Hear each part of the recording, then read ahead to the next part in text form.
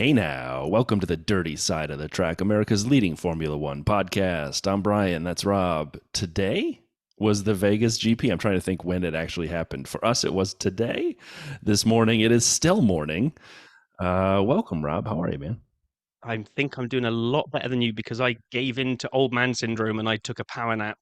I went to bed at 10 p.m., got up at 12:45, made my way downstairs, watched the race, to bed.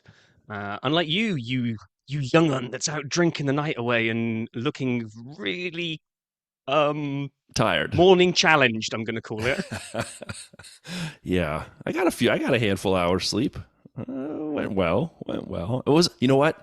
Let me say this. I spent the morning as I grabbed a shower and got cleaned up, and I thought to myself, what's an analogy for this? And I know we'll take the whole race apart and we'll get into it, but I feel like this was the Wright brothers.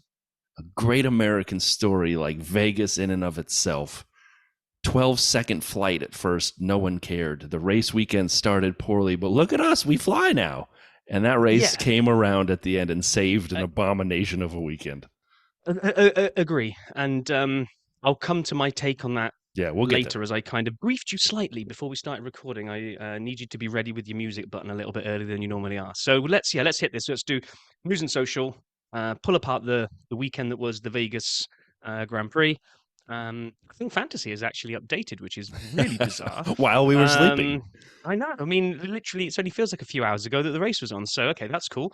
Um, we've got what else we got? Oh, we got Abu Dhabi preview. Yeah, and Paul. Um, and Paul, and then we'll get out of here and go and see if we can catch up on sleep, I guess. I guess so. Let's do it. So this week, it started off that cars were trickling through, unveiling their liveries for Vegas. What ended up turning into was it was easier to name the ones that didn't run special liveries for Vegas. So let's dive in. Totally. I'm not sure this is the order they were announced, but it was the order in which I saw them, and therefore that's all that matters. So Ferrari revealed they had a red and white Skiller color scheme that paid homage to what it had raced in the 1970s, and I loved the rear wing. Loved it. I loved the Oh, whole car. And like yeah, I did. at But first I saw it and I wanted more. I wanted the yellow. I'm like, I'm missing the yellow. Where's the yellow? Where's all the rest of the black? Like it was just red and white. I loved it. After I saw it on track in the lights, I'm like, they should bring this back regularly. This is probably my 100%. favorite Ferrari livery, like one-off livery I've seen in a while. I thought it was great. Agree. And then Red Bull have been doing this Make Your Mark campaign where they've had like fans competing to kind of win to have their design on the car. And it was the last one here, which I think they did it for each of the US races. Again, I kind of like this one as well. I like the little attention to detail on Yeah. the Red Bull. It didn't quite look as different as say the Ferrari did. It didn't grab your attention and go, oh, that's nice. But so this is a livery that works well when it's in park ferme and the cameras can zoom in and look at all the Yes. little nice little detailing on it, right? When it's whizzing past at 200 You miles don't. an hour, Yeah. you're like, that's a Red Bull. Exactly. I thought the same thing. And they put the little, they painted the wheels and this, that, and the other, like poker chips. It's almost like they said, what can we do to the car we currently have? And just started putting stuff on it. Ferrari was like a redo. So Yeah, I true. didn't think the Red Bull was that great. And then Williams, oh, did Loved it. loved it. They just whoever is in charge of their liveries this year just it Nailing deserves a it. race. Yes. I mean, seriously, their British Grand Prix. I mean, they've had so many good ones this year.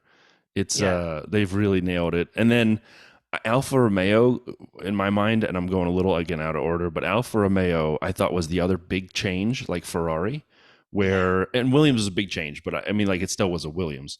The Alfa Romeo I thought was a Mercedes every time they showed it. I mean, I Yeah. know what they tried to do, and I loved it. The deck of cards and the a whole The thing. deck of cards looked like the little Mercedes logos Yeah, it at did. speed, didn't it? When they were whizzing by, I'm like, is that Lewis? Boy, no, that's gotta be, no, it's George. Oh, it's Well, they got Valtteri. confused at the beginning of the race because they were convinced Alonso and Hamilton had Were they? come together and spun each other around, and then it was about the third replay where they're like, "That's Valtteri Bottas." Who got pushed? Well, we'll get there. We'll get there. We'll get there. Alpine, mm, it's it. This isn't a one-off livery. This is they changed to me, unless I really missed it. They just had one new sponsor that was for this Yes. race only, and they put a new sponsor on, And and they that was made the it. clothes with the triangle thing on the back. I'm like, yeah, this is a money grab. Same But as it is kind of Vegas. McLaren. McLaren just slapped a Jack Daniels logo on the side. That's all I really saw that was any different there. Yeah. I think. You've mentioned Alfa Romeo, and then Alpha Tauri. Eh, I mean, they did something I didn't even notice. they did. They just like where they've got the white bull logo on the back of it. They kind of Yeah, just distorted that into kind of all these swirly things that apparently go in line with their. I guess it's a clothing collection, but the AlphaTauri Brendan Monroe Las Vegas capsule collection. blue bulls. Mm, rolls right off the tongue, right? It does. Speaking of things that roll right off the tongue, someone decided $1 billion is the right valuation for Aston Martin. A billion, or I guess euros, but regardless, Lance Stroll sold a part of Aston Martin F1, the F1 team itself, to Arctos Partners. It's a private equity firm that has other investments in sports, apparently.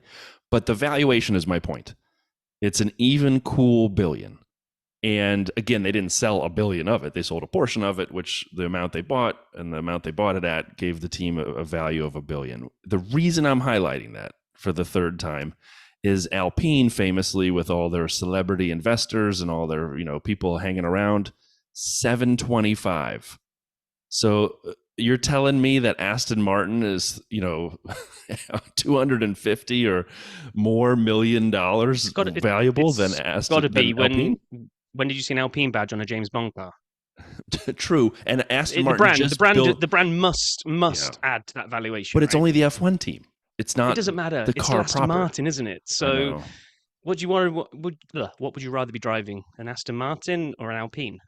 Uh, an Aston Martin, of course. There we go. Then you see. So But you just I valued it just was higher. shocked at the difference in it, and Aston Martin has a new team facility, so maybe that factored in. I'm assuming you got a portion of that as well. But anyway, that was a big delta. Yep. What else we got? General Motors is registered as a Formula One power unit supplier from the 2028 season, which might not sound that interesting. Oh, great! So you're a car company that are going to make engines. Wow. Uh, but it kind of puts pressure on now that with them having their plans to build their own engine and be ready to be used within a couple of years, it really kind of ups the ante on the whole. Why wouldn't you accept Andretti Right. GM? Because they'll come in as a buying an engine, or they'll take an engine from someone else, but within literally a couple of years they'd be running their own engine, which is a big deal. So interesting to see how that one plays out. Definitely. um F1 Academy, American driver Leah Block will represent Williams next year, and she's the daughter of Ken Block, who is the Extreme E rallycross and rallying dude that unfortunately passed away earlier this year. So that was nice to see that she's got the drive for next year. So it's all coming together. The She's been Academy fun to lineup. watch. I mean, even Yeah. before her father passed, I knew of Leah, and you could see her videos and what she was doing. She's incredibly talented in a car. I don't know her racing pedigree, but we'll see how that, what she's done, but we'll see what that turns into. I am excited, though, that Williams did this, and I can't wait to watch Leah in the F1 Academy car for Williams. Rob, did you watch the Netflix Cup? No, I did. I watched I the had whole zero interest in it. 2.5 hours of that debacle. We'll talk a little more about it, but the Will we? newsworthy, it's in the video vault. The newsworthy portion was when Carlos dropped the trophy. Now that I saw, that was Yeah, funny. that was really funny. His partner, Justin Thomas, could not stop laughing at that point when he dropped it. It was fantastic to see them having fun and the relationships between the drivers, golfers, and partners. And again, I'll talk more about it briefly in later. But Yeah, I mean, I guess I'm not the world's biggest golf fan. I will watch like the Open and the Masters, but I won't go for anything lower than that. And even then, I'm probably only watching Sunday to see who wins. right. Right? I'm not going to sit there for 3 days and watch it. This was just kind of like, to me, a video of your mates playing around. They just happened to have drivers doing it. I didn't. There was zero draw for me to want to go and see it. So once I'd seen the clip on Instagram of him dropping the trophy, I was done. I saw the best bit. I'm gonna hold my powder. I'll get into it in a second. But yeah, I mean, he basically did a Lando and broke the trophy. But speaking of Lando, he was being asked if he'd prepped for the Vegas circuit at all, and I loved this answer. And there's no reason for him to have made it up, so I hope it's 100% true. He said, "There's actually a simulator in the mall, and it's a bit of a rip-off. You have to pay $65 for it, and if you win, you can win $200. Well." I entered under my brother's name, so he's now actually $140 better off. I was 45 seconds quicker than P2, so it was really close. 45 seconds. Was P2 driving backwards? Oh my Man. gosh, can you imagine? I can't. Actually, again, I have a link about Charles racing regular people in a simulator. We'll get to that in the vault. And then obviously Vegas, baby, Vegas gambling. So as of now, we don't have any reports. A few hours after the race, what the handle, as they call it, was the amount of money bet. But BetMGM Chief Revenue Officer Matt Prevost said popularity for auto sports in the U.S. continues to grow, and the activity we've already seen around the event is remarkable. Race weekend in Las Vegas has the potential to shatter every company record for motorsport. So we will see if it did. And Rob Reed sent us that tip. Rob, thanks for the heads up there, Mr. Gladwell. That was a good one. I did not have any money on the race. I should have because I don't know. It was so exciting. We'll get to it. And then last but not least in the news, friend of the show, Jacques Villeneuve, got married in Vegas. So there we go. I mean, we didn't get an invite. I haven't seen anything from Paul either, so I don't know if Paul got an invite. It seems like it was a very impromptu. Well, that's what they're saying. I wonder if they Yeah, planned it or not. I don't know. I But don't know, yeah, but congratulations, This is Jacques Jacques Villeneuve, and and you're Mrs. listening Jacques. to the dirty side of the track. and I just got married in Vegas. Well done, Brian. They totally nailed that. It was him. It was him talking the whole time. So yeah, I thought that was pretty interesting. So shall we move to the video vault, Rob? Let's do it. All right, let's open up this bad boy. There were a lot of options this week, man. So many videos. Like, it felt as though the fact it was Vegas, teams were trying to roll out everything from a social media perspective. So I kind of curated the videos for everybody this week. So first off, we have to, it's in the show notes, Ted's qualifying notebook, the Las Vegas Grand Prix. Obviously, it's on Sky Sports, and we could not get the replay to work here in the States unless you have VPN. But we found it on a recast on the MKTV channel. And we're mentioning this because it was brought to our attention by Andy, Music Andy, that Paul was on the notebook. And Paul's been on the notebook before, but it was really good. Basically, Ted is walking along in the paddock and goes by the Alfa Romeo Hospitality. And he's talking about Valtteri's poster, which, we can talk about next night. Calendar, thank you. Yes. And he starts talking about it, and Paul walks out of the hospitality, and the two of them get into a debate on what is art and how it's in the eye of the beholder. And they kind of go on, and it was fascinating. Now, Rob, tell everyone a little bit about Valtteri's calendar, and have you ordered it already?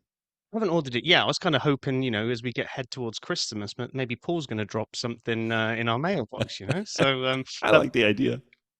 I gotta think Ted a little bit of a prude because he's making out to Paul that this is the most explicit calendar ever, and you couldn't possibly show it on TV. Which maybe you can't show a pair of ass cheeks on TV, right?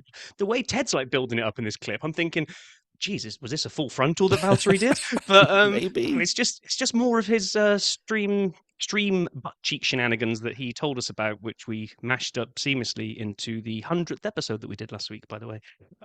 So it's just more of those. It's just Valtteri's ass cheeks in but I various don't think locations. Ted's a prude because he was walking around talking to any young, attractive woman. He basically walked up during the notebook just to random young women and said, hello, like James May style. You got to start with hello, right? Okay, so then McLaren driver Oscar Piastri breaks down racing movies on GQ Sports. I have always loved these, and anyone who's listened to the pod for a while knows you can always count on me to find when F1 drivers are on the GQ or GQ Sports channel. It's nearly 13 minutes. I like this. Oscar is the man, and I as I wrote this before the race weekend, I said he's really fallen off form as of late, which obviously proved wrong. Orlando has raised his game, which could be right as well. But let's go, Oscar. This was fun. Like, I love these. Daniel Ricciardo's done this. They've had Albon on there and my favorite things. So definitely, it's 13 minutes, but I recommend it highly. The Las Vegas Grand Prix opening ceremony, 30 minutes. This was streamed live on YouTube. I just wanted to make sure we talked about it. We have it in the links. I didn't hate this. I didn't love it. I know I wrote I liked this. I liked it enough because I wanted to like it, but it wasn't as cringeworthy as at least as I thought it was going to be. It was 30 minutes. It was a Super Bowl halftime show for 27 minutes, which is fine. It's a collab of all these different artists. This time they didn't work together. They just did, here, you all get 3 minutes, bang, bang, bang, bang, bang. And then there were 3 minutes of intros, which were incredibly harmless. I got to be honest. I'm going to say sweeping across this entire weekend, I don't think I hid behind my pillow in cringe moments because I think Vegas. There's a couple where they went a little bit Vegas, but actually, stepping back and looking at that whole weekend and going, was this the absolute cringe fest I was dreading? No, I thought they Yeah. did it pretty well in a lot of areas. And this was like, I didn't enjoy this because I didn't like all of the choice of artists. So for me, I Right. skipped a lot of the artists and then watched 3 minutes of them coming up and down on platforms and waving. Again, they didn't make them do anything stupid. They didn't have to wear, like, I don't know, Elvis outfits, or, Right. they didn't make them do anything other than wave. Did That's what they do on you a driver's parade. So, Well, did you see the intro for the driver's parade? yes, Okay, yes. that was Now bad. That was the one but that I hid behind my couch for a little bit. yeah, only because of maybe Checo's reaction, which was priceless. But And the guy yelling in his face, Bruce Buffer. Okay, Carlos and Charles on racing and partying in Las Vegas. It's on the Formula One channel. It's 5 minutes. They gave them questions to ask each other. I enjoyed this a lot. My favorite part, though, was the revelation that Charles had been to Vegas once before and was there for partying with Daniel Ricciardo. And I'm thinking to myself, that's an unlikely duo to end up together in Vegas. I'm not saying, that I know all the friendships that exist in the paddock, but if you'd asked me who would Charles have been at Vegas with, Danny Rick would have been low on my list of options, probably somewhere down near the bottom. But anyway, that was a fun little game. And then the one I did reference, F123, Las Vegas virtual show run featuring Charles Leclerc on the Formula One channel, is an hour. It was a couple days before the race, or maybe a day before, Wednesday or so. It was great. I enjoyed this. This is right up my alley. Like this was really good, where you had Charles, you had a couple Raiders football players, you had Jamie Chadwick, you had other media personalities and content creators. We follow Ash Vandalay. She was on there. And I'm not going to say who won, but spoiler alert, it's the F1 driver, kind of like Lando at the mall. It was Charles. And I thought it was great, though. I really enjoyed watching it. And then relatedly, before I close with a building one, we mentioned the Netflix Cup. I just want to highlight this real quick, and it's not in the notes. You guys can go find it on Netflix. 2 hours, 2.5 hours.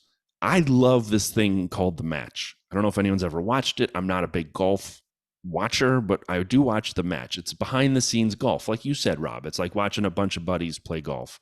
And they mic up, Phil Mickelson or Tiger Woods or Justin Thomas or any of these golfers. They get them mic'd up, and then they introduce now other athletes from other sports. So Patrick Mahomes and Steph Curry and Tom Brady, and they get these games going for charity. And it's a lot of fun because there's a lot of smack talk.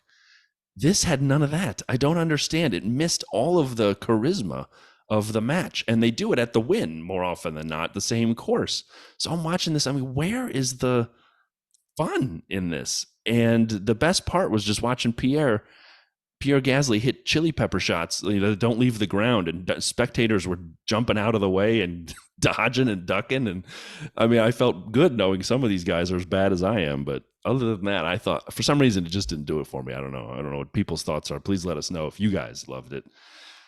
And the last one, real quick, the race that turned Las Vegas into an F1 track, the B1M channel. I like this channel. It's kind of a variety of a confluence of my many channels coming together. It's about construction and building amazing things. And for 10 minutes, they showed how they turned this track and built the paddock and what they did. It was fun. If you're a nerd for stuff like that, give it a check out. And with that, we will close up the video vault.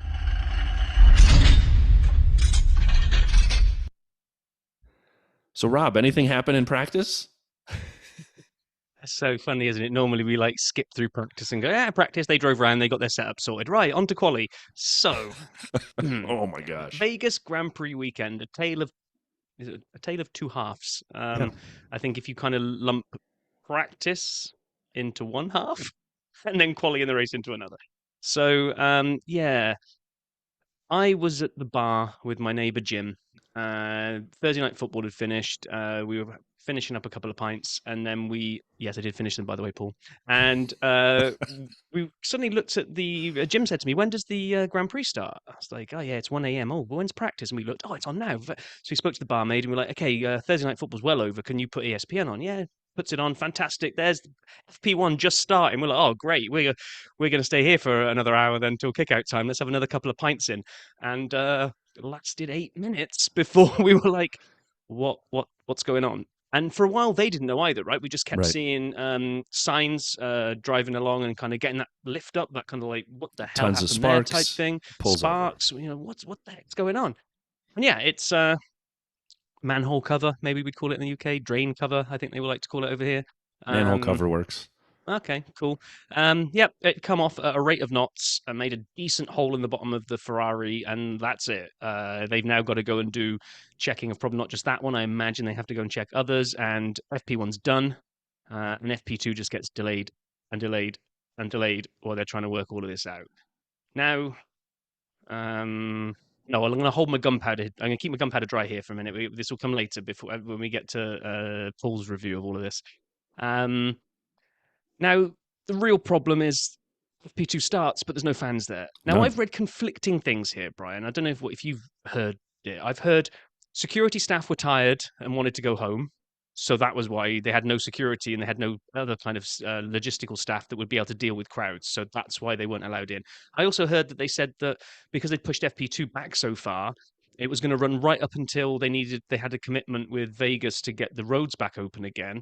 And they were like, well, if there's crowds in the stands, it's going to Take take an longer. extra 45 minutes to get everybody out of or maybe an hour to get everybody out of the grandstands. And we can't do that. We have to open the public roads at whatever it was.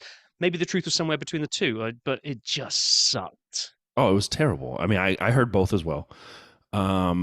So people paid a lot of money to go. And when tickets were expensive, outside the last 2-3 weeks, when tickets were expensive, a lot of people bought single day tickets. And the Yeah. cheapest one was that day. And it was still $1,000 in a lot of cases, or $500 or more, a lot more than that if you had a seat. And people paid this money and came in to watch this. And drain covers happen. I don't think either one of us is saying that's the problem. Like they should have done a better job, but it seemed like the one that hit Carlos's car actually got sucked out in its entirety, not just the cap, but the whole apparatus around it. But that happens, okay? Like let's not lament the first problem. It was a problem. It shouldn't have happened, but it happens. The delay to FP2 and not telling anybody that they wouldn't be allowed to stay until very late into the night. People waited hours for FP2 to start, then to only get kicked out after waiting. And I watched people on Reddit and on Twitter showing what they did to watch. There are escalators on the sides of the strip, and people would just go up and down the escalators continuously to see the cars go by at 2:30 to 4 in the morning. 4 in the morning. They ran F1 cars local time until 4 in the morning. That is all of that is ridiculous because they had such a bad schedule to start with because they had to open the roads. They had no wiggle room for something to go wrong. It went wrong. They screwed the fans. And it made us as Americans, me as an American, look dumb that we'd had this all set up this way. You're right. Whether it's they had to turn the track around or they didn't have enough security, regardless, that was a bad look. Of course, there would be a lawsuit. It's already been filed. God bless America. There's billboards with attorneys' names. That lawsuit was set up by 5 in the morning local time, and so you look at it. And it did not work. And then the part that kicked really hard at me that I did not like was Ferrari getting a penalty. They had to rebuild their car. It's the end of the year. So naturally they've used all of the items in their allotment. They had to go outside their allotment. If this had been earlier in the year, he wouldn't have had those penalties. But because it's a brand new race at the end of the year, he gets hosed. And at the time, again, before the race, he was 3 points behind Lando for 5th and 6 points behind Fernando for 4th. And I'm watching this thinking Carlos is the most unlucky man around. No, he's not. Valtteri Bottas disagrees. Yeah, Valtteri would disagree and then proved it in the race. And Ferrari, while 20 points behind Merck for 3rd is a lot of points to make up at the end of the year in 2 races. Again, all these things played into my mind, and I watched this and I said, oh, this did not start right. Yeah. Again, I've got a Rob's rant coming. So let's move through quali and play Paul, and then Okay. I haven't heard Paul, so I'm rant. looking forward to it. I haven't heard Paul's notes, so I'm looking forward to it. I listened on the way to football this morning, so that's why I know that we should play track 1 after quali. It makes sense there. It wasn't a sprint weekend, but we've got a double helping of Paul. So anyway. Quali of, for me, was a transition from like chaos of practice to a good race. And it was like kind of in the middle. Not the wildest thing you've ever seen, but not bad either. I'd agree. We kind of had like Q1 didn't set the world alight. It was disappointing to see Lando go out, so we kind of lost Yeah. Lando, Ocon, Zhou, Piastri, and Tsunoda. So Piastri as well. We got double McLaren Double McLaren. I'm like, elimination, wow. which was I didn't see coming because I thought this might be a track that would suit them because it's all flat out and not too many of those slow corners they But don't like. apparently So enough slow corners that crushed them. yeah, maybe. So what really then started adding the spice was as we moved it through Q2, and I'm watching the leaderboard, and okay, we got Danny Rick and Stroll and Hulk looking like they're heading out, and then I'm watching Hamilton and Perez just drop down the leaderboard as other cars are coming round, which by the way includes both Williams. Yeah. How good a job did they do in qualifying? They did a great job in quali. I don't know what happened in the race. We'll talk about it. But why did they put Checo into the garage with 4.5 minutes left in the session instead of bolting on a fresh set of softs and running him out there? You got to I be don't in it to know. win it. And when they put him in the garage, I'm like, is he that safe? There's no track evolution. He was like sixth, and I know, he and wasn't wildly safe. I'm like, what? I'm like, they must I know. And like, one know, more but thing is like they already said that the soft wasn't going to be a race tire. So right. why hold all those in your back pocket? Because you're not going to use them. It's just bizarre. So we saw the inevitable happened, and Perez was pipped, and then I think one of the last couple of cars that came around knocked Hamilton out as Yep. well. So and then Q3, it had been threatened all week. We've only had my days are all muddled up with All whatever these happened, night but races at 2 a.m. Ferrari looked like they had pace, and so it came to pass. We got Charles in pole, Sainz put it in second, which he won't stay in because of what you've already covered. but forget penalties for a minute. Case wise, Ferrari 1 and 2. Amazing. Yeah. Verstappen came in next. Russell, Gasly, Albon, Logan, Valtteri up Logie. there. At this point, I'm getting super excited for the race, thinking Me that the too. Alpha looks spicy. K-Mag and Alonso rounded it out. So it was all set up, like you said. Like we transitioned from the, oh my gosh, I didn't want to even go near Twitter because of all the haters about the debacle of what had gone on. And now I'm sort of kind of like getting quite optimistic and thinking, can this? Everyone's told me this is just going to be Monaco. It's going to be a procession. There'll be no overtaking. It's going to be boring. It's going to have to put on a show because the race won't back it up. At this point, I'm going, I am too, and I'm confused if I'm honest. When quali was done, I was confused a lot on Discord. Rob and I got into some discussions with folks throughout the weekend, and both of us had a few rants. One, after the practice sessions, I said I was confused and disappointed with the way things had gone, and I'm happy that it turned around. Like I said, the Wright brothers, boy, eventually we flew that plane and we did a good job. But man, quali, like there were so many different cars and manufacturers and constructors up there.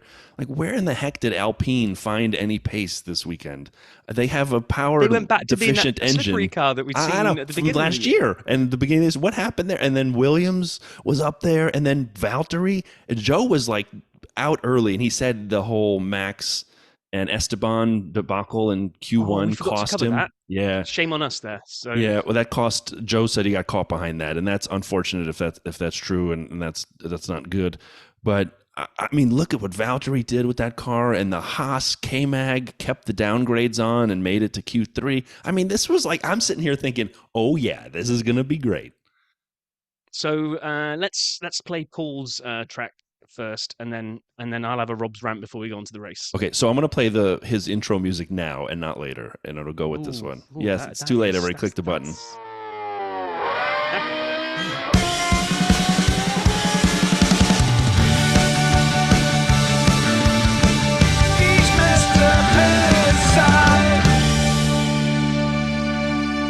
I mean, I'm not one to tell Andy what to do with music, but there's a that has to happen in there somewhere, but okay. Hey now, right. It's Friday night, so it feels like I'm about to do another sprint race, triple donger, which is a word in itself. But it's currently, it's actually Saturday morning, I'm lying, it's 10 to 3 in the morning. This is how strange, actually, this schedule is for us. You know, what is normally our Saturday, albeit now it's Saturday, it's sort of Saturday morning. But it's Friday, and I'm flying home tomorrow, which is Saturday, but we still got to do a race, but actually it's Sunday. So the entire thing's been actually really confusing.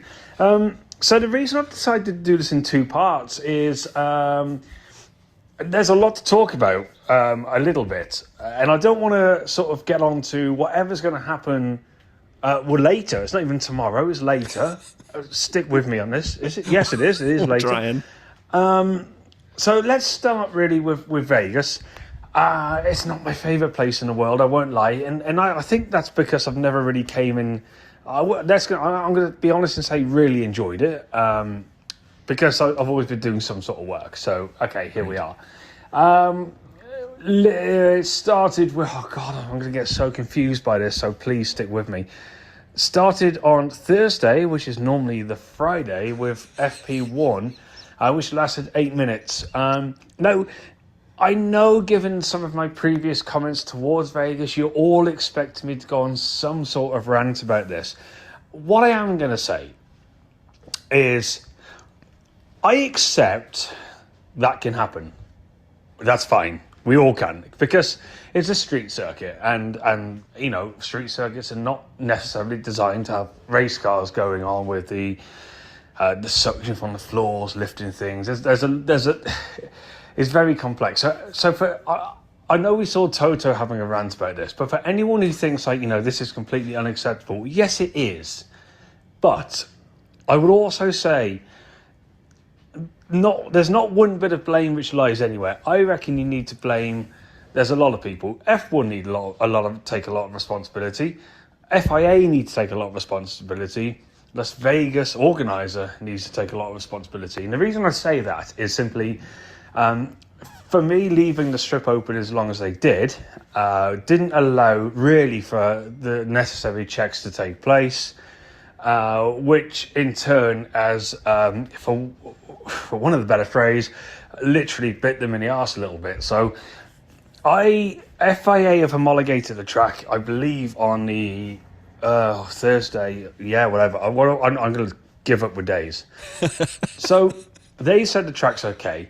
No one can expect what happened to happen. Now, there's a lot of talk whether the drains were welded down, not welded down, the concrete's failed, you know, whatever. It happens. So the turnaround to get that problem fixed and FP2 back on was admirable. And as much as it was frustrating for us, and I promise you it was horrendous, because, you know, we're just sat there, and bear in mind, it is very cold in our terms in the world of Formula One.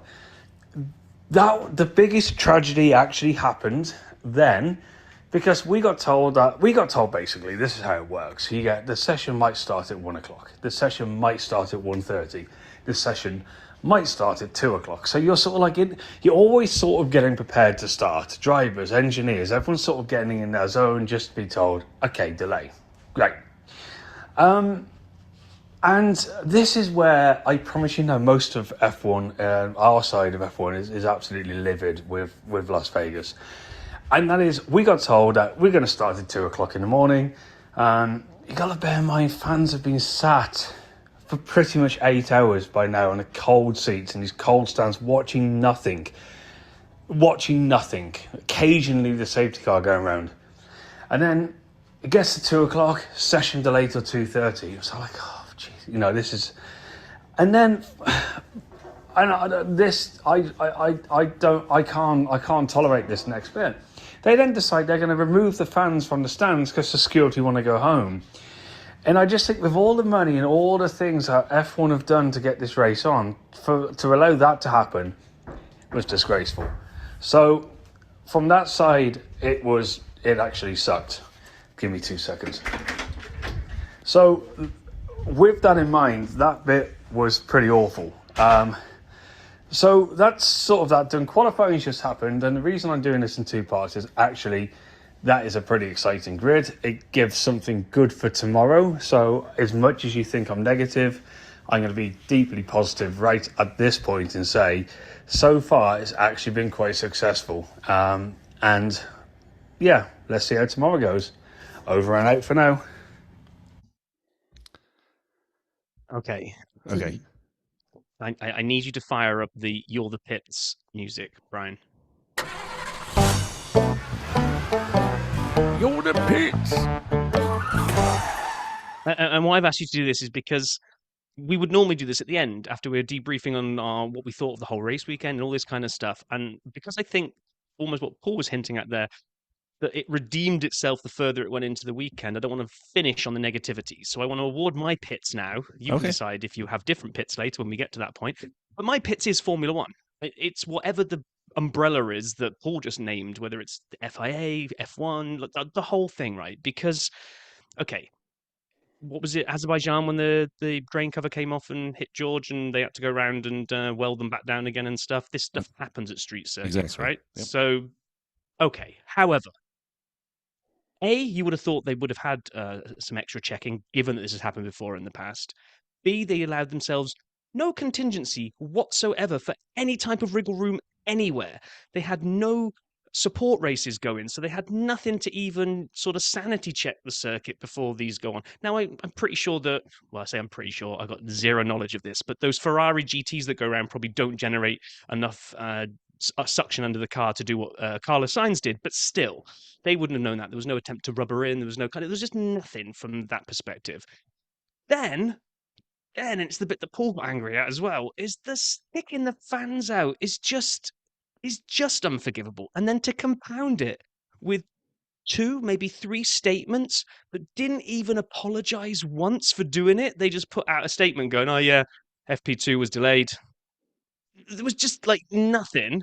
And then there was all this swell of kind of outrage about it. So now they've gone, well, they can all have a $200 voucher in the merch store. I'm like, seriously, you're going to print some special T-shirts that say I was there for 8 minutes? I mean,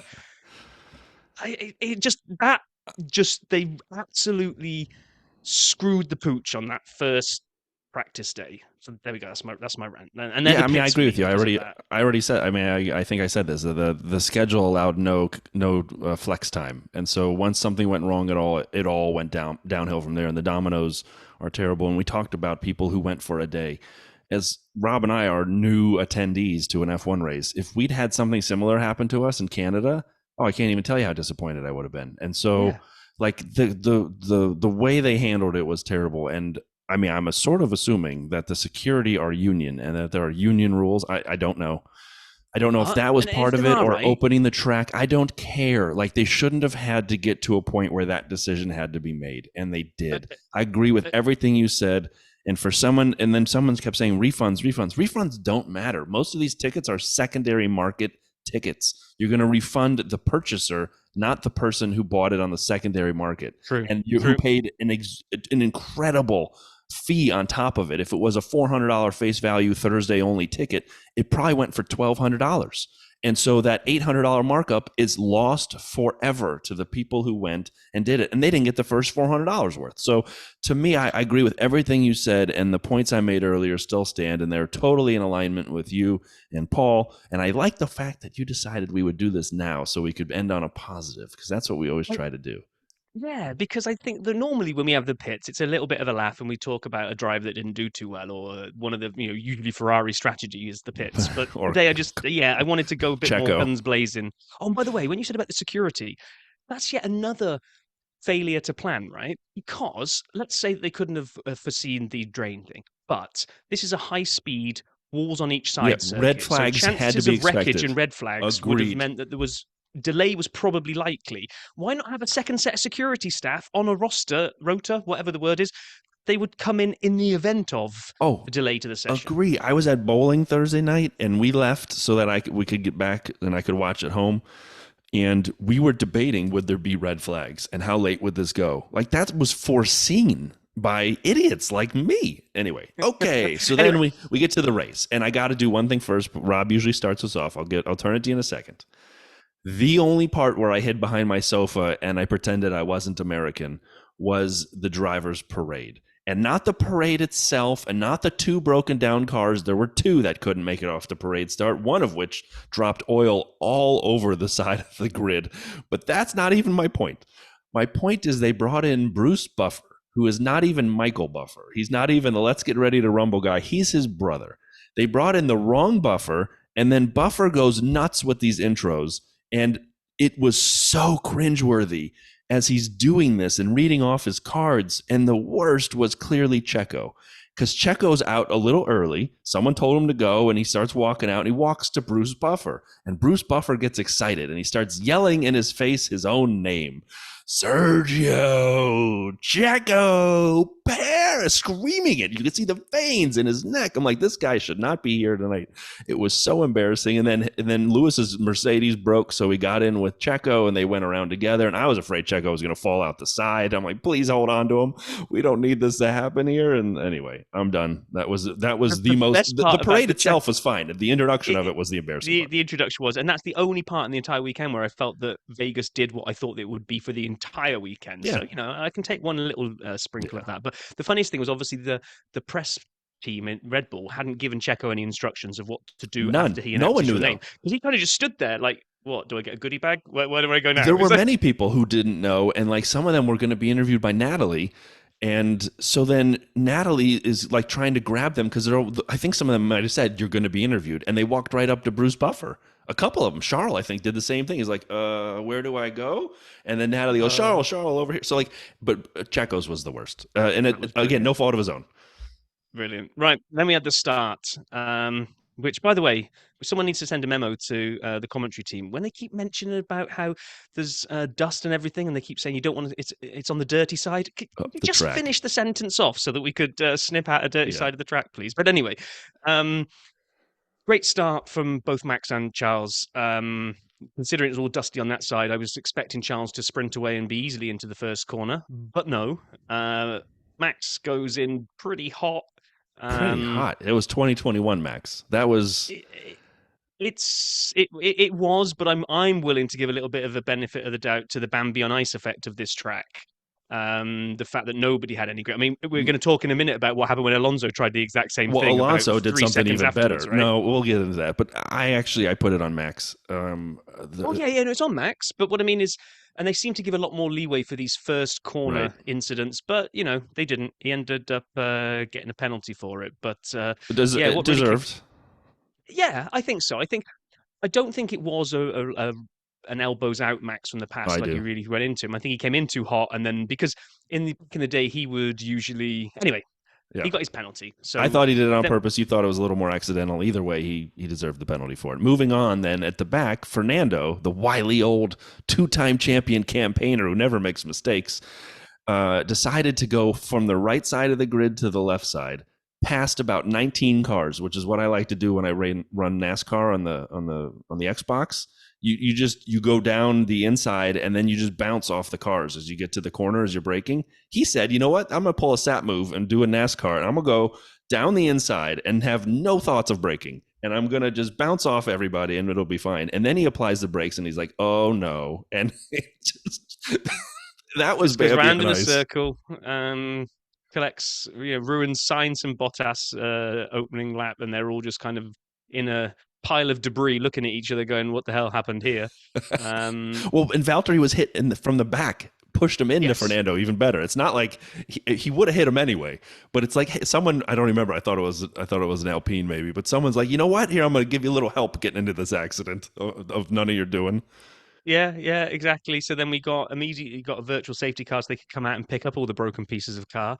And it just looked like people were struggling for grip, and everybody predicted this. It was just going to be, and I think they kept, what do they say? This is like a damp track on intermediates at the moment. It's got that kind of feel when you're watching the cars and really not trusting the grip here. It's got that kind of feel to it. It reminded me of Turkey 2019 or 2020. I can't remember the year, but there was one race in particular at Turkey where it was the same thing. It was like the new track, new asphalt, cold, and just ice.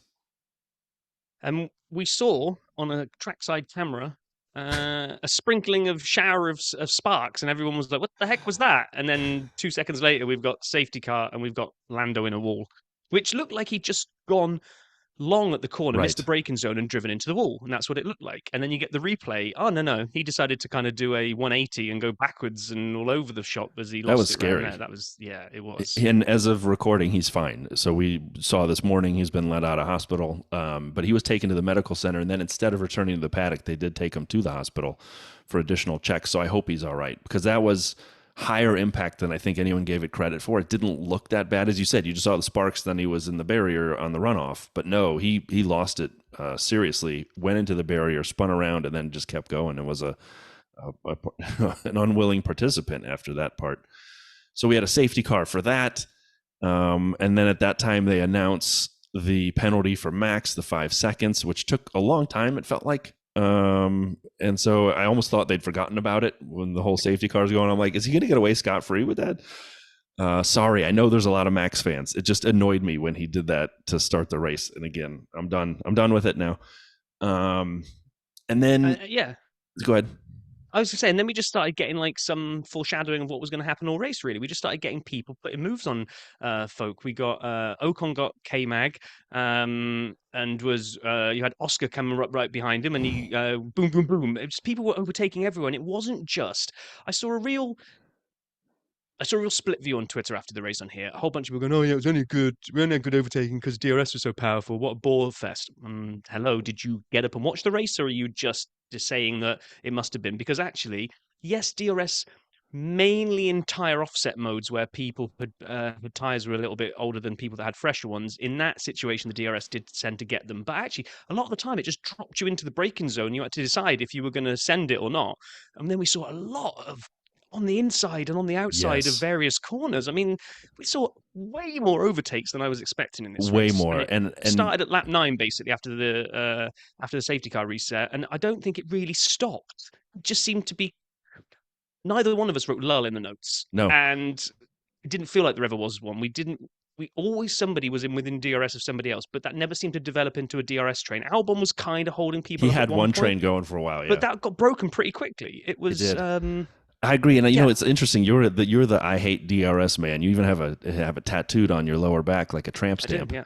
And so what I don't understand is why people. I thought this race was phenomenal, and the first 40 of 50 laps were filled the entire time with overtakes, many of them for the lead.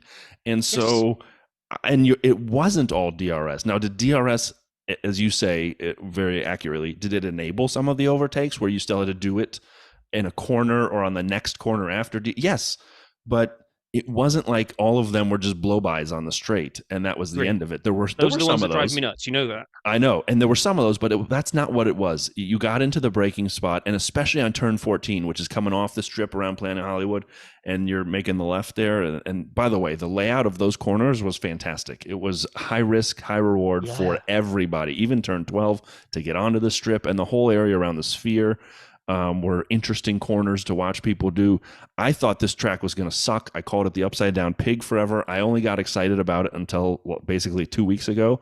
I thought this thing over delivered somehow, and I don't understand. I agree. And we had a triple whammy of things that I was just getting excited and writing on the laptop of the notes. So I was sort of propped up on my sofa with beer in one hand, laptop in the other. I'm like, I'm typing because there's so much stuff going on. It was like we had what Sainz was trying to get past Danny Rick, but was in sitting behind him for a while. And we got a weird message about you need to pull out and cool the car down. And commentary team seemed to say that they'd like taped up a lot of the ducts to kind of give him less drag and make the car faster. But that means you can't sit behind a car for too long. I was like, oh, great. His Sainz weekend just going to go from worse to worse here. He gets hit through the bottom of the floor with a drainage cover, and now he's going to have to retire a car because they taped the griller. But he didn't. He got him. And then Piastri did a lunge on Logan from like about 3 miles back. Piastri was no grip. Can I just say this? A preview. He was my driver of the day. I don't know if he's my king of the pits per se, but he was on a mission. He was the Australian Terminator. He was out there. Anyone he got close to, he goes, "I'm taking your spot. I'm taking your car, and you can get out of here. Goodbye." I mean, he was on fire. Like we were going, I watched with a few guys. We were going nuts watching. Like every time they showed a papaya, because Lando's out. I'm like, it's got to be Oscar, and there he goes, and he's always right up someone's trumpet. And then they get to a corner, he goes, I'll take this corner, thank you. Wow, I know. And then even at this point now, I'm like, I was expecting Max to disappear off into the sunset and the 5-second penalty not to matter, but Charles is like, hold my beer, and starts like eking into him, and it's like, he's not going to pull away and disappear into the sunset here. And Charles got back into Max's DRS, and a lap later he nailed him. I know Max was probably getting ready to pit anyway, but you don't see Max want to get overtaken on track. Never. He had no defense to that pass. It was just awesome. He pits. So he pits, and this is how like tired I was at this time in the morning. In he comes, and then they got the low level camera down by the wheel gun at the back, and the guy doesn't start moving. I'm like, they've messed the pit stop up. What they've done, this is a real slow stop for Max. And then the commentary team are like obviously sensing there must be a lot of tired people in the world that have no clue and can't remember like a goldfish what happened 7 seconds ago. And they're like, and Max is serving his 5 second penalty. I'm like, oh yeah, of course he is. Well, and then as he came back out into 11th, the downer for me was Lewis and Oscar coming together, because I thought Oscar was going for a podium. Like, as I'm watching this, as he's going up the order, I'm like, he is going to turn a car that couldn't get out of Q1 for either driver into a podium car by his sheer will of dragging it forward. But yeah, contact between Lewis and Oscar, and they both had punctures. And I had to explain to everyone why there were so many sparks, because one of the tires was flat, and what's the spark made out of? And then I missed half the race. Just kidding. And then, but we saw then Checo was in second at this point with Charles in first. He comes into pit, but he comes out third, but ahead of Sainz. It was by lap 25. I couldn't process how good this race was. I'm like, we are halfway there, and there has been not a second of anything boring. And, yeah, I was waiting to hear Lando was okay at this point, because I was still kind of like, I'm nervous around street tracks. You've heard me, like when we go to Saudi Arabia and the Jeddah street course, I'm always deathly afraid someone's going to get hurt. And it's like too high speed, too many walls. This had no grip. And I'm like, please, like, let's get out of here with no issues. Thankfully it didn't happen, and Lando's fine. So Thank then God. Sainz's tires, he's been on these since like the dawn of man. And so Russell and Max kind of get past him. But then Max tries to take Russell, and Russell just had a brain fart.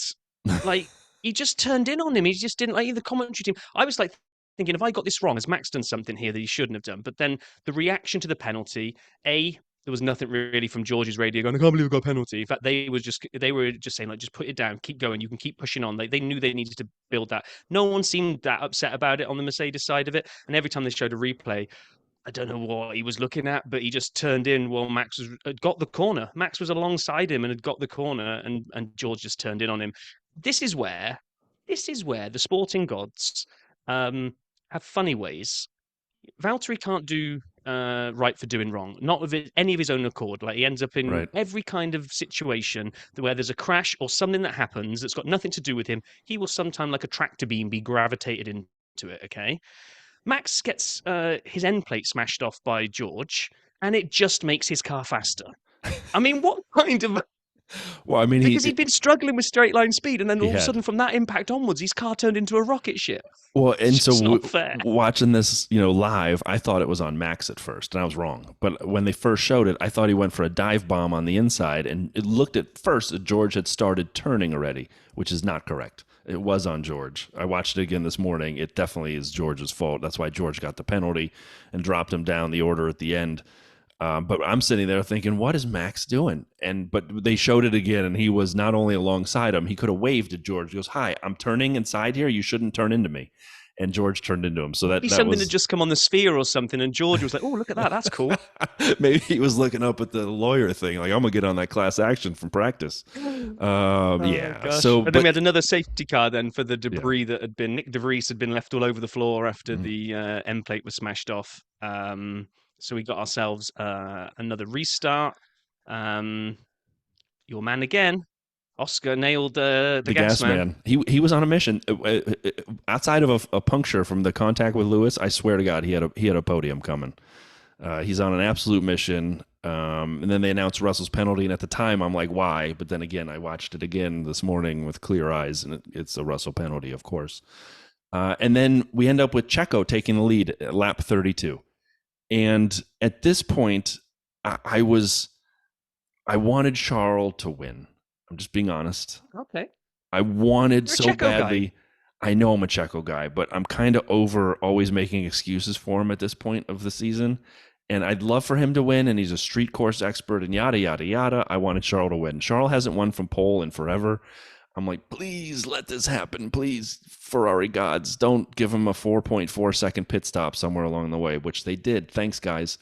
And so it didn't matter. No, it didn't. But anyway, yeah, I was loving it. The Alpines started battling at this point, and I know Otmar was watching from somewhere around the world thinking, yeah, it's your problem now. And they say, hold position, Esteban. And they either that didn't come through at all into his ears or it was a delayed message or whatever. But the two of them just kept going after each other. I'm like, this is phenomenal. And then the bit that I didn't quite understand, and maybe it was when they explained about Checo had got a different rear wing that wasn't giving him as much straight line speed. He seemed to have the straight line speed to take Charles. He disappeared into the distance and got ahead of Charles by about 2 seconds, and then seemed to let Charles kind of close in. And the commentary team were kind of said the same sort of thing. I was thinking, is he trying to do a Carlos Sainz here and use Charles to defend against Max because he wants to win? So if he keeps Charles in his DRS and keeps towing him along, it's going to make Max much harder to get past Charles. Okay, fair play, Checo, if you're trying that. And then out of nowhere, the next camera shot was Charles sending one down the inside and going, yep, I'll have that place back, thanks. That was a great move by Charles, by the way. It was, but I couldn't understand where Checo's pace went. And they said, I don't know. He had a thicker rear wing that wasn't set up for Right. the straight line speed as much. So while he could get into DRS and use the toe to get past him, once he was past him, he was basically hitting the air and being slowed down by that. But whatever it was, Charles, great move.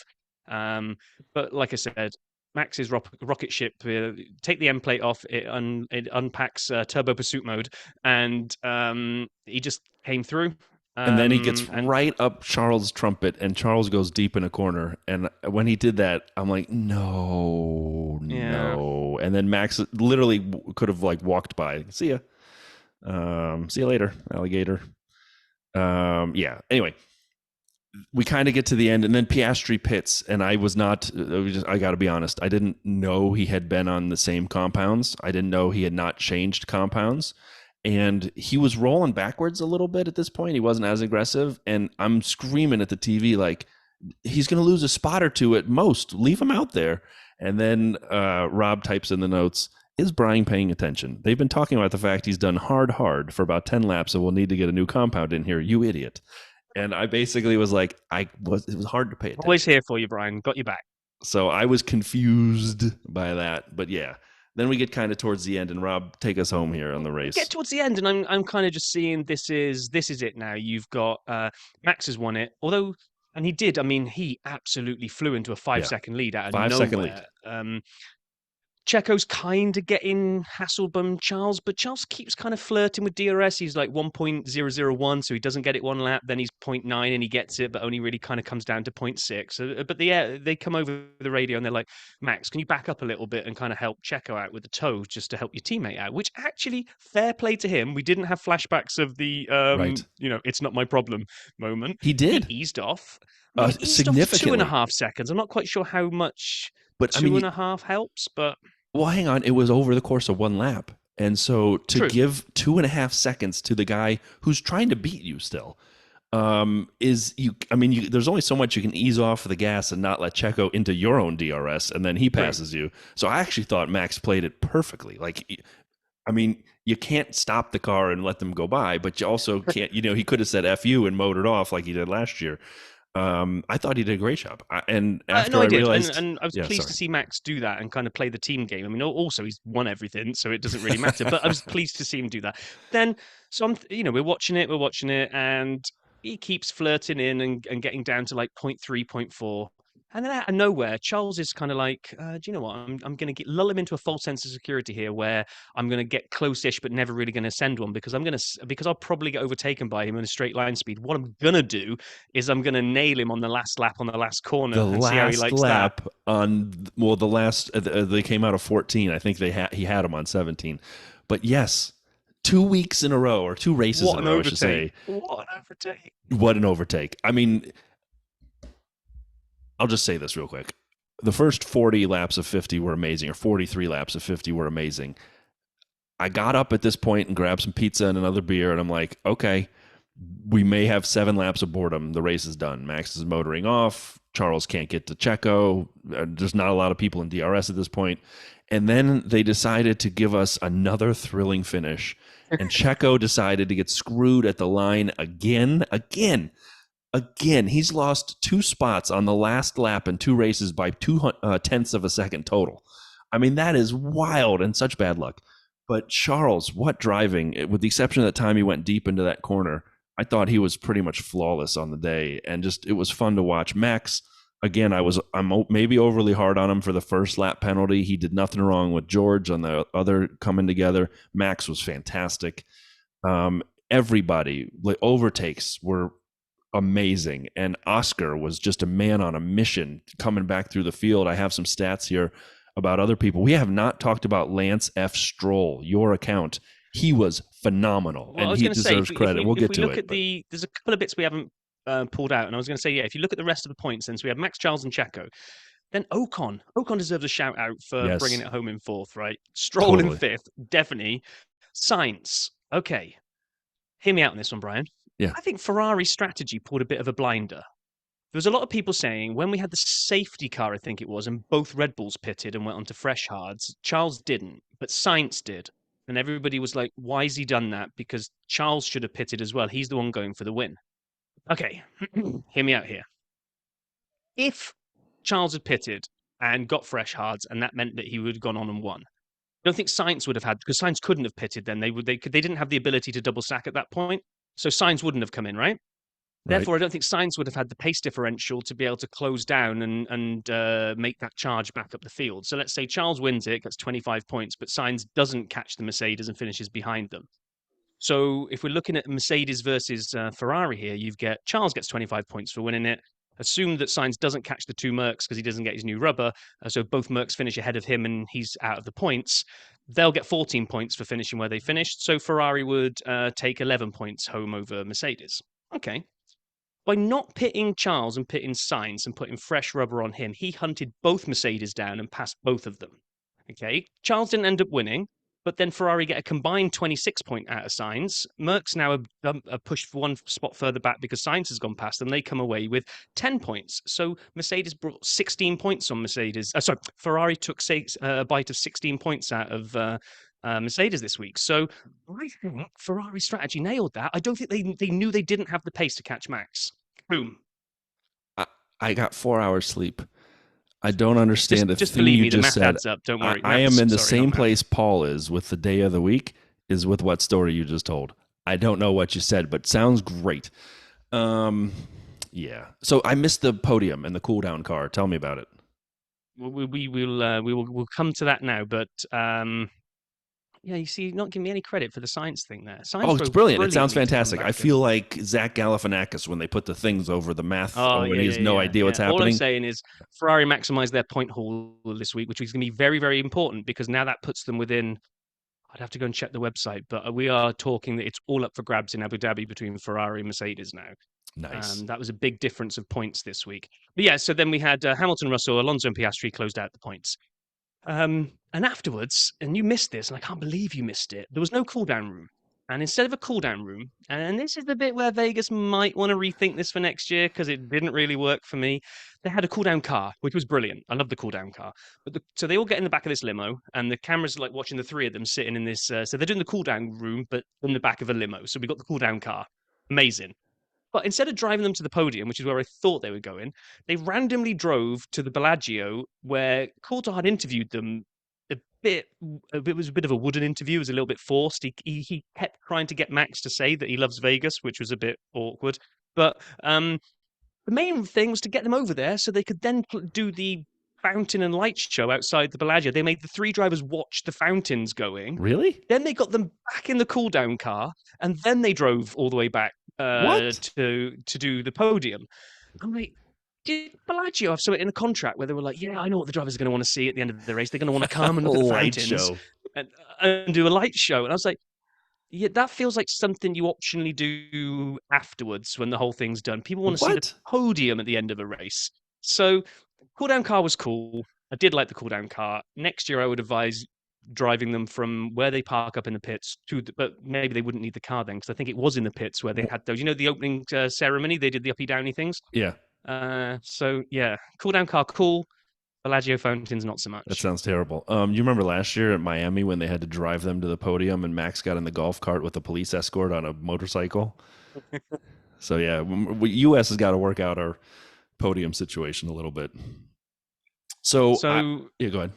No, I was going to say, I think we probably need to wrap up we've done the pits, so we got to do our king of the pits now. So do you want to fire up the jingle and give us I your will, king and of the see if I pits? can regulate the volume because I haven't had a chance to fix it. Here we go.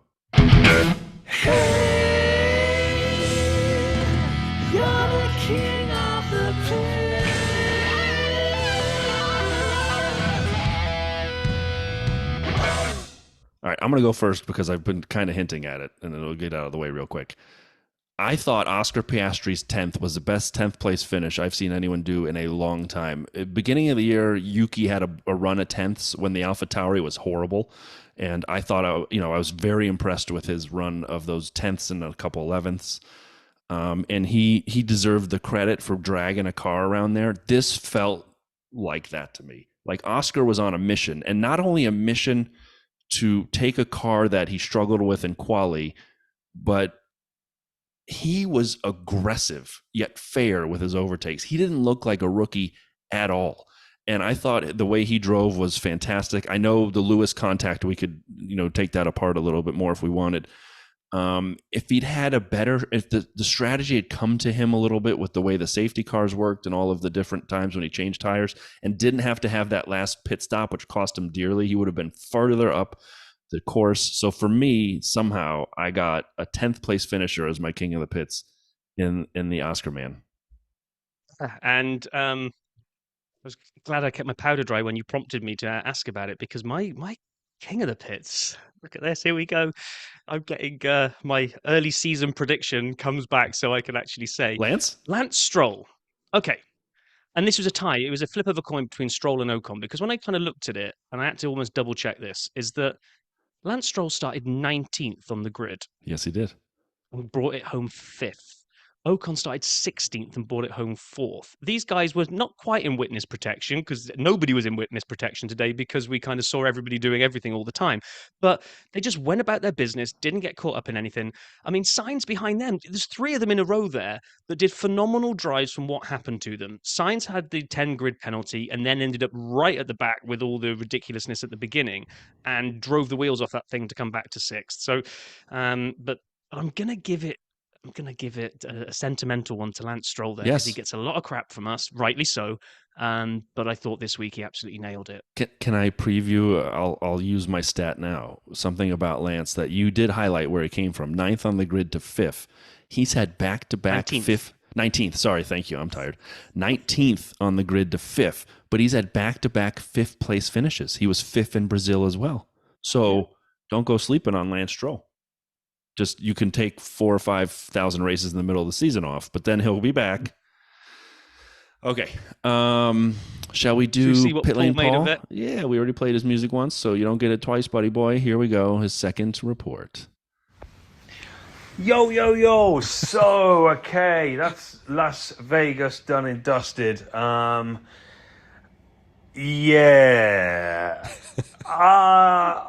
It takes a good man to say you were wrong. It takes a good man to stand up and say, look, okay, maybe I made mistakes in life. I've doubted this race. I've been negative for this race. I've been anti-Vegas. I've been sad about it. The annoying thing I think with Vegas a little bit is it sort of grew on me as the weekend went on, and I know I touched yesterday on the issues we had on Thursday. I'm going to get the days right. The issues we've had on Thursday, and I stand by them. That happens, and I don't think we should. As much as it is embarrassing for Vegas, I get that, but like I've said, it isn't. Not one person's responsible. I'm not going to do that again. We've done that, and obviously then we had. I will say one thing as well, which I don't think I touched on yesterday, and that is the incident with Carlos Sainz, which obviously brought all this about. And the fact that guy had a penalty, I actually spoke to him today as we go sort of lining up for a driver parade. And like I said, in like nearly 25 years of doing this sport, that is the most ridiculous decision I've ever known. And that sentiment, by the way, was shared by everyone. Listen, there's always politics. And at the end of the day, Mercedes are going to be delighted that he's got the penalty. And I'm not saying Mercedes are solely the ones that said that the penalty should apply, if anyone. But again, you have to remember the money at stake here. So the money, the monies that you receive from finishing second, third, fourth, is excessive. So that's sport politics, and it should never have happened. It was disgraceful. Let's leave that well behind, and let's go on to what was race day here. It was carnage. It was mayhem. The grid is. I didn't go to the grid, luckily, and the grid was everyone who came back from a media perspective were just sort of like, oh man, Jesus, it's just too much. And I'm lucky enough to have a photograph of Donny Osmond, who sung your national anthem, and I said to him, and I stand by this. That is probably the best national anthem of the season. Not because it's the American national anthem. Why would I say that? I'm just saying it was like the first time someone's just got there and sang a national anthem and not tried to change it, not tried to make anything of it. Just a legend of his work stood there. And my word on everything, that was absolutely sensational. And that started what was actually a really good race. From our side, we were sort of dead and buried on turn one when Fernando and all of the cars just had no grip, which was actually completely expected. And sometimes you have luck, sometimes you don't have luck. We never have luck. It's so frustrating. It is so frustrating to have these issues week after week where we just luck out. Crying aside, the actual race, listen, everyone doubted Vegas. I doubted Vegas. I've been massively critical of this place. Boy, oh boy, did it deliver. The race was fantastic. There's not many races where you can see that many changes of leadership for a start. The positional people out of position. Gasly running in fourth, Sargent running in sixth, and it sort of all worked out in the end to where people maybe arguably should have been or shouldn't have been. But it was a race that delivered a lot. There was a lot more overtaking than I thought there would be. There was a lot more action than I thought there would be. The Perez-Leclerc battle at the end. Listen, I can put my hands up and say I'm wrong. Las Vegas, you delivered. You guys in America be hugely proud and never be afraid to admit that you got something wrong. And I think that's again a sentiment shared by a lot of people in the paddock, whereas a lot of people are, all right, we all dismiss this one as being one that's going to suck and it's going to be horrendous. I think everyone's sort of like, okay, we want to go home. It's exhausting, as Las Vegas is. It's exhausting. But we sort of we're looking forward to coming back next year. And, congratulations on another successful Grand Prix in the United States. Congratulations on your 101st episode as well, by the way. And thank you so much. We have one more to go next week in Abu Dhabi, the land of the camel. And for now, I'm going to go and have a well-earned beer at 20 to 4 in the morning because we're in Las Vegas.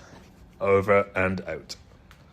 Paul, thank you. Thank you for doing that in the middle of the night for us, man. That's we awesome. really appreciate it. But it did make me think, now we close out before we put a pin in Vegas. A couple of things that we didn't highlight, but I was too tired. Or I know and this Snapstat story, but the grid walk. I didn't really see much of it. I saw Martin Brundle having to be fought to let in when he was trying to duck under a tape to even get into there. And I saw Shaq at one point go past and just say, Lewis Hamilton, baby. That was the best. He was with the Red Bull team posing with Christian Horner. And then he turns the corner and Martin goes, Shaq, are you interested in Lewis Hamilton, baby? And just walks away. I'm like, all right.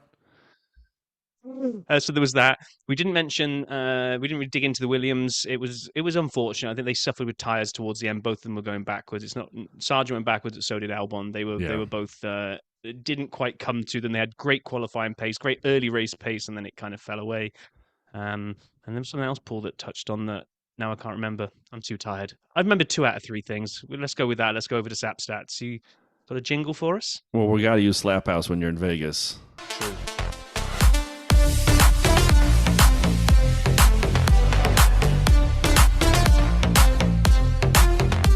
Snapstats Vegas edition. Vegas, baby, Vegas. And today we are once again liberally using Sean Kelly's stats as an addition to some of mine because I slept since the race and then woke up and showered and here I am. But we heard a lot of these on the telecast, right? So Red Bull broke Mercedes' single season record of 19 wins in a year, which was set in 2016, the magical Nico and Lewis year.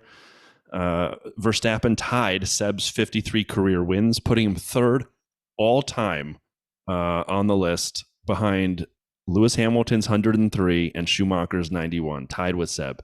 That's rarefied air. I mean, those are four of the greatest drivers of all time. And anyone who would doubt Max being in that has to stop. He's the first driver to ever win three times in a country, because he won Miami, he won Austin, and now he won Las Vegas. And I don't think countries have ever had three races before. So, and if they have, it was a very long time ago. Somebody has to be first, I guess. I guess. Verstappen has now won 16 of the last 17 Grand Prix and 18 races overall this year, which extends his own record. Obviously, Checo's won twice, and Carlos has won once. And so we have one race left, and we'll see what we do in the 22nd race of the year. It was Verstappen's 20th podium of the season, also extending his own single-season podium record. Charles, it was his fifth podium finish of 23 for Ferrari. I was surprised when I saw that. I thought there had been more for some reason. I guess some of the form they've had at times recently made me forget about the lull he had throughout the beginning of the season. And then this stat, we've done this one before. Leclerc has now failed to win from his last 12 pole starts, which is just one short, 13. We remember this, Rene Arnaud's record in 79 to 82. And so we already talked about Checo losing on the last lap for the second race in a row. However, the good news is, and this was again talked about a lot on the telecast, Checo clinched second in the Drivers' Championship. So Red Bull has a 1-2 for their first time ever having a 1-2 for the championship as a whole, which is, I mean, they won the constructor, they won 1 and 2 in the driver. Adrian Newey is a GOAT. You just can't ignore it. And then the couple we already hit, Ocon from 16th to 4th. The only time he's finished higher this year was Monaco, where he was third. Remember that Ocon podium, which was a shocker. And then Lance Stroll finished fifth. We already said this, back-to-back fifth-place finishes. He started 19th.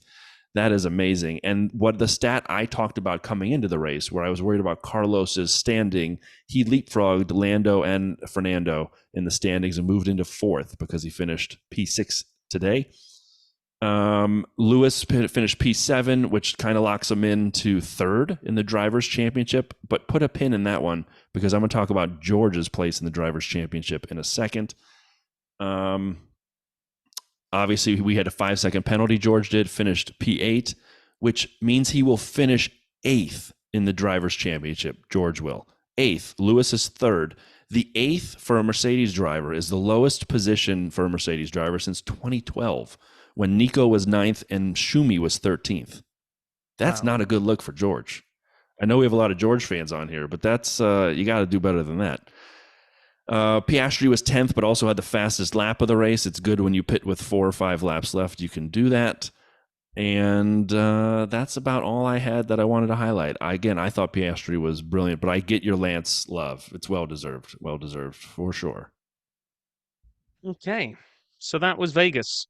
Are you going to do the fantasy update? Yeah, do it real fast. So okay, let's do Vegas first itself. Number 1, Mansell's Mustache, 376 points, followed very closely by a tie for second, San Gaucho El Coelho F1, Sergio Ed, and then followed by My Brain Choice, Relampico Marquinhos, Crash Team Racing 1, and a tie for Lando Legends, Michael Cronje 16, and FPL Instinctive. Finishing the top 10 for this week, Haley Torque F10. So great job by everybody there. I'll highlight the top 3 because we are coming into the end of the year and a t-shirt is on the line, and it is close, Rob. It is close. When you look at the overall season, FPL Instinctive, 6,517 points, 6,517 points, followed with 6,511, 6 points difference at this point, Michael Cronje 16. Followed in third, a little further back, Relampico Marquinhos. So whomever comes across as the winner there, because on the overall season, Much Mistaken took the first half and can't get a t-shirt again, and they're down a bit. So one of those 3, it looks like, will be our champion and win the t-shirt, but only one race left. What do you guys have? Let's see what you got going into Abu Dhabi. And speaking of Abu Speaking of Dhabi. which, yeah. Would you want to tell us a little bit about it there, Robert? Oh, I'm too tired. I can't be bothered. No. So it's like we're coming into the final push now of the We got episode, this. and then we can go sleep. So yeah, Abu Dhabi day-night race, 58 laps, 3.2 miles long. Yeah, first race, 2009. Because you wrote these notes, is that right? It can't have been around that long. No way. It's a shocker to me too. Wow, 2009, won by Seb. Yeah, let's not mention the 2021 2021 race. Yeah, it didn't happen. Yeah, it happened. Even though it and stuff launched our happened and- podcast, it didn't Yeah. happen. What else we got here? Yeah, it was a blank canvas for developers, and they've turned it into a big tourist attraction. And in those 11 years, they've spent 40 billion or 40 Aston Martins on Teams. Nicely done. Nicely done. 7 hotels, a Ferrari indoor theme park, a mall, a water park, a golf course, a beach, a concert arena, a nightclub. Yeah, fantastic. There's going to be some places for Paul to hang out and go camel watching. So, yeah. Max has won the last 2, right? I definitely won in 21, and he won last year. So he's looking to close it out again. Interestingly, this is one of the ones I always love to find. A lot of people give Abu Dhabi grief for being boring, and a couple years ago they redid a couple corners to try to improve overtaking opportunities. But only once in the 14 races that's been there has anyone won from other than the front row. It was a 4th place. So if you're not in the top 2, it does not look good for you to win this race. Now, again, someone won from 4th, so it's possible, but it's not likely. So a good reminder as we go into Abu Dhabi next week, pay close attention to quali. It's going to matter more than you think. And talking of winners, so repeat winners, Lewis has got 5. I don't see him adding to that. Seb has got 3. He won't add to that. Max has got 3. He will may add to that, I think. Yeah. And Kimi and Valtteri are single winners, and Nico. Repeat constructors: Mercedes 6, Red Bull 6, McLaren 1, Lotus Renault 1, Kimi in 2012. So comes down to this, Brian. Prediction time. I can't remember who went first. I think, let's say, I'll go after you, sir. Yeah, Okay. I think I went first last week. Well, not really thinking through the track enough to figure out if McLaren will be decent or bad. I'm going to go with Max to win. I'm going to go with Lando second. And I'm going to go with Charles third, which might actually be, I think I might have said Max, Charles, Lando. Or no, anyway, I think those are the 3 I had on the podium, not the order for this week, but that's where I'm going. I'm going to assume that Lando's okay and he's back in the car and the McLaren fires up and Charles is going to get on a podium just to leave the season with us all wanting more. Yeah, and I'm going to say, I had a little glance to see what last year's top 3 were, and it was Max, Charles, Checo, which interestingly was today's podium. So that Ferrari does look like it's kind of a little phoenix from the flames after it was like in no man's land for the middle of the season. So I'm going to say rinse and repeat. Same podium as both last year and today. Max, Charles, Checo. There we go. So we have slightly different order, and I replaced Checo with Lando. Yeah. Okay. There we are. So, Nothing to really fight for. I mean, there are maybe some battles throughout. We haven't done enough analysis in the constructors, but the top I just 3 did drivers. that whole spiel about Ferrari and Mercedes that you glazed over with. It's all on the line for seconds for that constructor's spot. It's a different. I think it's a large enough delta. If I quickly bring this up, come on, good old BBC Sport. You can. It do is this for me. 4 points. Here actually. we go. You're right. Ferrari is only 4 points behind Mercedes. You're right. Actually, that's what's to fight for. Right there, that is it. There's another couple. Aston Martin's only 9 behind McLaren. Yeah, you've got. I think you've got those 2 kind of main fights going against each other. Ferrari definitely maximised their points today, and despite Sainz's awful start to the week, they've massively clawed that back. And like you say, we've got 4 points difference. So that's going to be great watching Ferrari and Mercedes go at it. And then, yeah, Aston, if Stroll can keep this form up from this week and Alonso can do things and McLaren don't have a great race like this weekend, then Aston could do a switcheroo with McLaren there. So there's two decent constructor spots still up for grabs on here. And like Paul said in his note, a lot of money on the line. Definitely. Definitely. And we can't ignore the fact that Carlos and Fernando are tied on 200 points each. So we'll see what happens there as well. They're technically Carlos is fourth because he won a race, but they're tied with 200. So there are some battles. We're searching a little bit for the golden silver lining of it, whatever it may be. But I would just say this was a much better race and a much better end to the weekend than the way it started. Rob, before I close, anything else you want to highlight, buddy? No, I mean, if Mercedes could do a 1-2 and Red Bull could completely crash out, then Mercedes could actually manage to not have half of the points of Red Bull. That's about the only saving grace they could get to. Let's hope. And with that, everyone, thanks so much for listening this week. We hope you enjoyed the race as much as we did, and we will talk to you next week to recap the final race of the 2023 season. Be well, everybody.